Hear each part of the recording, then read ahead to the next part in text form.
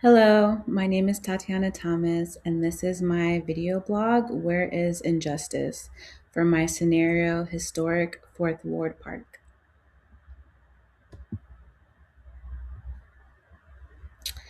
Historic Fourth Ward Park is located here where I live in Atlanta, Georgia, within the old Fourth Ward neighborhood, which was historically a low income and underinvested community.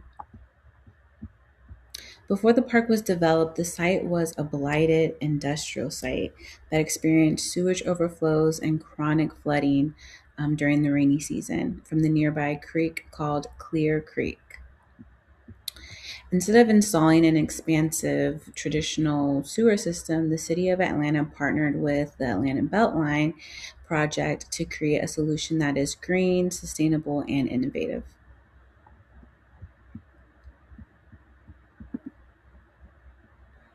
So, how does this connect to my mesh project?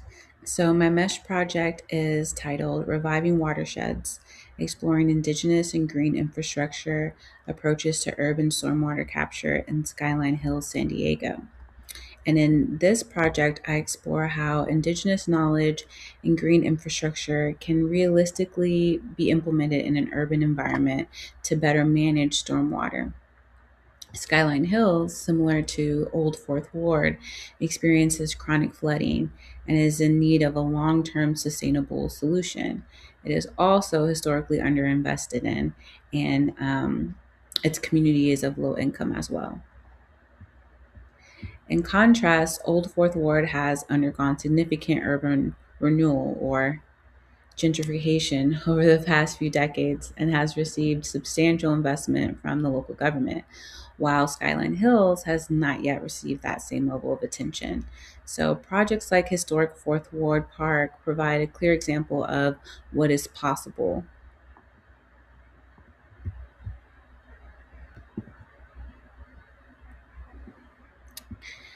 So, using the justice framework from our last module, Module 7, I want to explore the following justice frameworks for my scenario. And I just want to go over them really quickly. Distributive justice focuses on how the benefits and burdens of a type of infrastructure like or energy are shared across different communities. Recognition justice emphasizes acknowledging people's lived experiences and ensuring their needs are reflected in the solution. That's important. Procedural justice centers on who gets to participate in decision making and whether communities have a real voice in the process. And lastly, restorative justice addresses past inequities by creating solutions that help repair and improve conditions for the affected communities or peoples.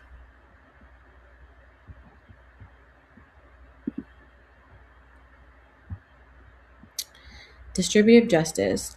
Overall, I feel my scenario has positive distributive justice implications.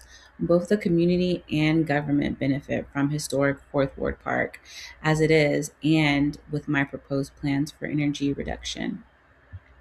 I feel the burden is low as the local government is and will be responsible for upgrades and maintenance to the park, while the community simply gets to enjoy it and, of course, pays their taxes that go back into the maintenance of the park. Historic Fourth Ward Park already serves as a shining example of green innovation, which also helps other people, other cities, other governments benefit from this unique idea. My group members agreed that my project allows for benefits to be shared at the community level, allowing more people to benefit from the clean energy that I propose be generated from the park in our other discussion. And I think that's important because, as we know, many people, especially in low income communities, can't afford the upgrades, can't afford to store energy on their own. In my last scenario discussion, my renewable energy upgrades will be able to generate energy for the community in Old Fourth Ward in case of emergencies or natural disasters, so that if there was a blackout or the regular energy utility went down, that the park would be a standalone source for energy.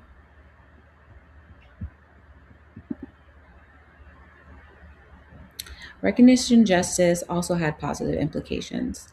The park, with and without my scenario, shows an intentional effort to meet the needs of the community of Old Fourth Ward. The park has alleviated flooding while providing green space for the residents and wildlife. During my last visit, I saw a large colony of turtles living there, and cranes in the water. So it's definitely a place that has integrated within the ecosystem in Old Fourth Ward.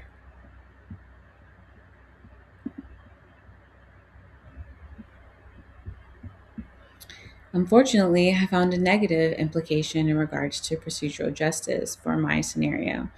I came across a Georgia based article that discussed how the major energy utility in my state, Georgia Power, has significant influence over environmental policymaking and projects in the state. So much so that very few, if any, pieces of environmental legislation get through the House and the Senate without Georgia Power's blessings. I'm not sure what my steps I'm not sure what steps my scenario would have to go through in order to be approved, but I know it would directly involve Georgia Power's participation. Procedural justice is completely one sided here, with the government and Georgia Power having all the control, and of course, having all of the responsibility. My group my group members emphasized the importance of shifting towards community based approaches. My scenario was seen as a step in that direction because it creates an opportunity for the community to have a greater role in shaping how energy is generated and used rather than relying entirely on utilities or outside institutions.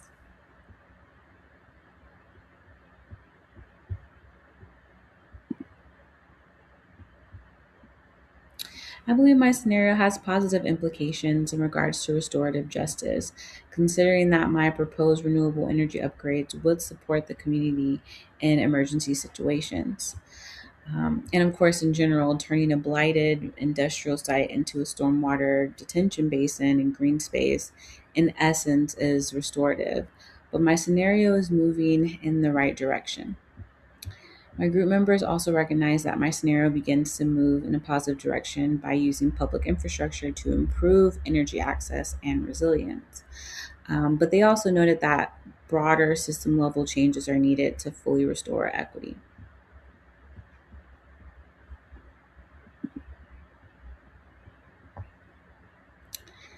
Who and how? I don't think these injustices can be addressed by individuals alone, unfortunately. Due to historic Fourth Ward Park being a public asset, individuals or just regular community members can only voice their concerns. The power to make changes comes from the government, and as I mentioned in this situation, Georgia Power. My group members agreed and pointed out that stronger policies and more community involvement, more community say is imperative to shifting the imbalance of power.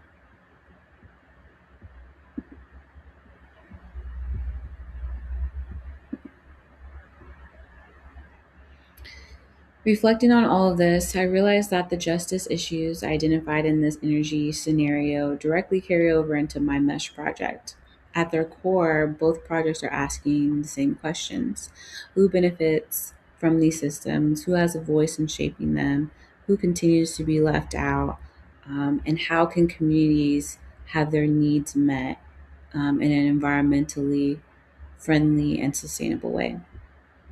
What stood out to me the most is that energy justice is not much different than water justice. They are both deeply connected and often impact the same communities in similar ways. This shifted how I see my mesh project going forward. It's not just about designing technical solutions, or just better stormwater management, but it's about creating systems that are intentional, community centered, and of course, more equitable in the long run.